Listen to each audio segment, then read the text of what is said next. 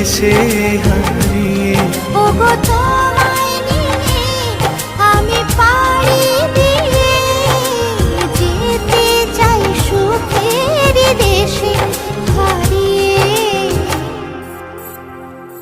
ডালটা দারুণ হয়েছে আজকে।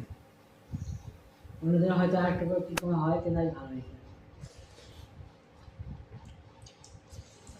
আর ডাল ভাজা তো কাঁচা পেঁয়াজ অনবদ্য। ডাল আর ভাত আর কাঁচা পেঁয়াজ থাকলে ভাত খাওয়া হয়ে যায়।